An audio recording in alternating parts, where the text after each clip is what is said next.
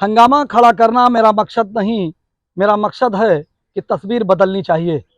TET को लेकर supreme court के फैसले के बाद शिक्षक आंदोलित है लगातार, क्योंकि जो संविधान में बदलाव की बात की जा रही है, शिक्षक संघ जिलाधिकारी के माध्यम से सरकार तक अपनी बात पहुंचाने की कोशिश कर रहा है, तो वहीं जो सांसद हैं, विधायक हैं, उनको भी ज्ञापन के जरिए अपनी बात सरकार तक पहुंचा रहा है। और ये उनकी मांग है कि जो ये संविधान है, जो कानून बनाया गया, उसमें पूरी तरह से बदलाव होना चाहिए, क्योंकि जो सरकार की नियमावली थी, उस नियमावली का पालन करते हुए हमने अपनी नियुक्ति पाई थी। लेकिन आज सुप्रीम कोर्ट के फैसले के बाद करीब लाखों शिक्षक ऐसे हैं जिनकी नौकरी पर खतरा है। आज यहाँ पर बिशनोहरपुर कैसरगंज सांसद करण भूषण शरण सिंह के आवास पर आए हैं। यहाँ पर उनको ज्ञापन दिया गया है। हमारे साथ तमाम ऐसे शिक्षक हैं जिनसे भी हम बात करेंगे और जानने की कोशिश करते हैं कि यहाँ पर क्या समस्याएं हैं। हम लोग को बिना कोई आदेश माननीय उच्चतम न्यायालय ने हम लोग को बिना पक्ष सुने एक टेट अनिवार्य कर दिया है, जो कि गलत बात है। हम लोग सरकार से मांग कर रहे हैं कि इसको इस सुप्रीम कोर्ट में रिव्यू जाए और जिससे हम लोग की समस्या समाप्त हो। और इस प्रकरण पर लेके पूरे उत्तर प्रदेश, पूरे हिंदुस्तान के शिक्षक एकजुट हैं और एक बड़े आंदोलन की तैयारी कर रहे हैं, क्योंकि शिक्षक को ये लग रहा है कि जब हम लोगों का पक्ष सुना ही नहीं गया तो हम लोगों के विरोध में कैसा ये आदेश पारित हो गया। जबकि उच्चतम न्यायालय को हम लोग को समय देना चाहिए, हम लोग का पक्ष सुनना चाहिए और सरकार की भी पक्ष सुनना चाहिए। ये प्रकरण केवल कर्नाटक और महाराष्ट्र का था और हम लोग के मामले में आ गया। इसलिए पूरे हम लोग आज इकट्ठा हुए हैं माननीय सांसद के यहाँ। हम लोग अपना ज्ञापन दिए हैं और हम लोगों ने माननीय सांसद से मांग की है कि हम लोगों की बात मुख्यमंत्री जी और प्रधानमंत्री जी तक पहुँचाई जाए। यदि ऐसा नहीं होता है तो शिक्षक कहीं ना कहीं सड़क पर उतरेंगे। टीईटी को लेकर के जो सुप्रीम कोर्ट का फैसला आया, क्या लगता है आपको? आखिर टीईटी की परीक्षा देने में क्या दिक्कत आ रही है? देखिए, हमारी समझ से माननीय सर्वोच्च न्यायालय ने जो फैसला दिया है वो बिना समझ के या जानकारी के अभाव में दिया है। क्योंकि बात हो रही थी प्रमोशन की और इसमें नौकरी पर आ गई आँच। 2011 में टीटी लागू हुआ। उसके बाद से जितने शिक्षक हमारे प्रदेश में या देश में नियुक्त हुए हैं वो सभी टीटी पास हैं।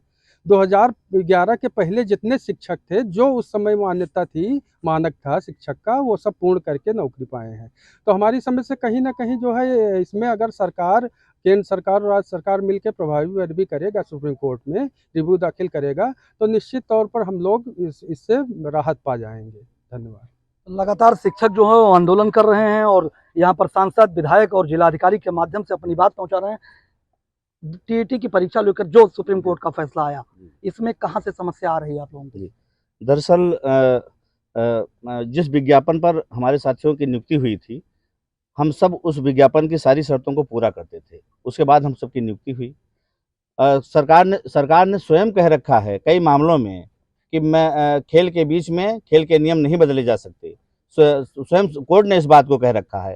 फिर भी 15 साल, 20 साल की नौकरी करने के बाद शिक्षकों को फिर से टीटी देने के लिए बाध्य किया जा रहा है।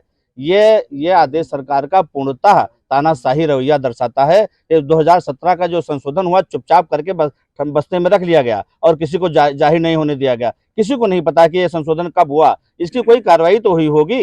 ये संसद में इसकी अमेंडमेंट की कोई कार्रवाई तो चली होगी। इसका कोई रिकॉर्ड तो होगा कि कभी संशोधन हो गया और हम लोगों को, राज्यों को पता नहीं चला या अभ्यर्थियों को पता नहीं चला इस संशोधन का।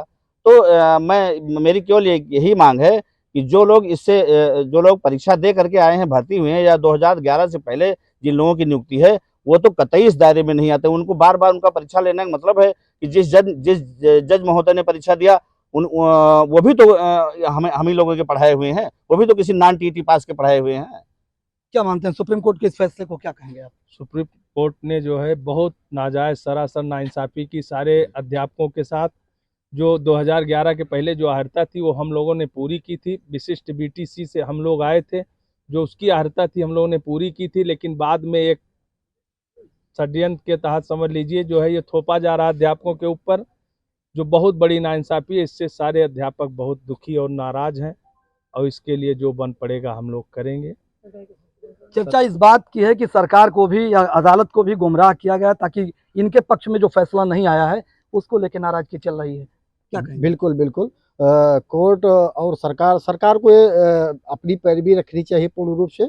कोर्ट ने जिस तरीके से फैसला हम लोगों के विपक्ष में दे दिया है, ये बहुत ही गलत है। अब बताइए, जो आज के 55 साल के शिक्षक हैं, वो किस तरीके से तैयारी करेंगे? समस्या ये नहीं है, अब टेक्निकल पढ़ाई बहुत ही हो गई है। वो शिक्षक पूर्ण रूप पहले अपना उस तरीके से पढ़े, अब टेक्निकल पढ़ाई किस तरीके से करेंगे, किस तरीके से परीक्षा पास करेंगे, उनके सामने तरह तरह की चुनौतियां हैं। अब मैं तो सरकार और सुप्रीम कोर्ट से ही आग्रह करूंगा, इसमें कुछ संशोधन करते हुए या अपनी हमारी बातों को सुनते हुए कुछ संशोधन जरूर करें, नहीं तो समस्याएं होंगी और शिक्षक आक्रोशित होकर कहीं ना कहीं इसका आक्रोश कहीं ना कहीं निकलेगा। तो कानून में संशोधन की बात की जा रही है, बताइए आज क्या कार्यक्रम था? आज कैसरगंज सांसद को आप लोगों ने ज्ञापन दिया है, किन मुद्दों को लेकर ज्ञापन दिया गया है?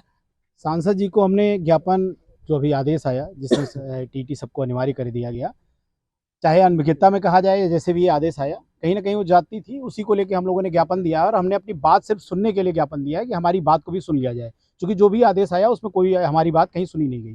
दूसरी बात मैं आपको जानकारी के लिए ये भी बता दूं, जैसे चर्चा तो बहुत सारी हो रही है, कहीं ना कहीं हमारे सम्मान को एक ठेस पहुंच गई है, हमारे सम्मान पे आंच आ गई है। आज जनता ये कह रही है कि आप टीटी से क्यों भाग रहे हैं?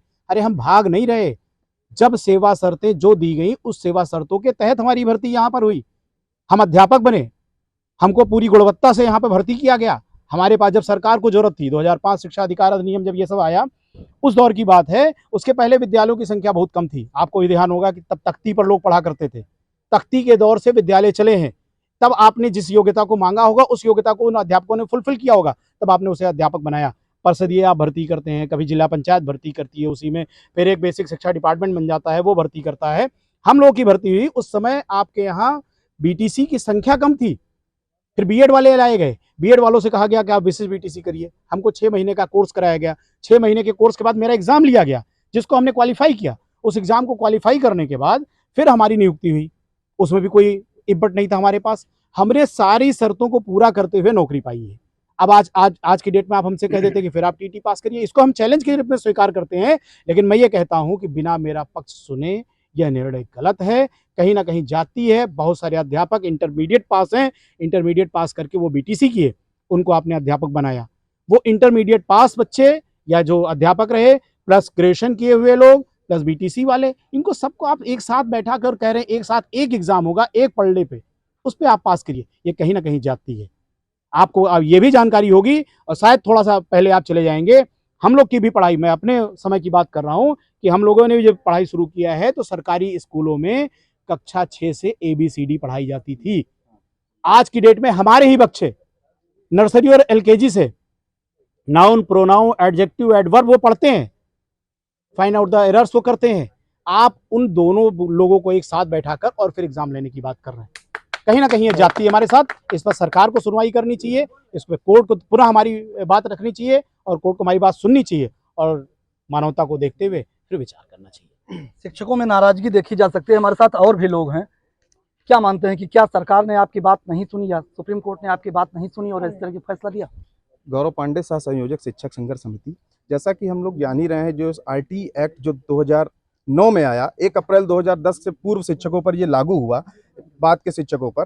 तो हमारी ये हम लोग क्रमबद्ध तरीके से एकजुट होकर के आंदोलन कर रहे हैं, क्योंकि शिक्षक संघर्ष समिति की ये पहल रही है कि विभिन्न संगठन एक मंच पे एक साथ आकर के पहल कर रहे हैं। अब आगे जा करके हम लोग का ये आंदोलन काफी वृहद रूप लेने जा रहा है। हम लोग एक न्याय की मांग करते हैं कि बीच में सेवा काल के मध्य में कोई नया नियम ना थोपा जाए, शिक्षकों को प्रयोगशाला बिल्कुल ना बनाई जाए।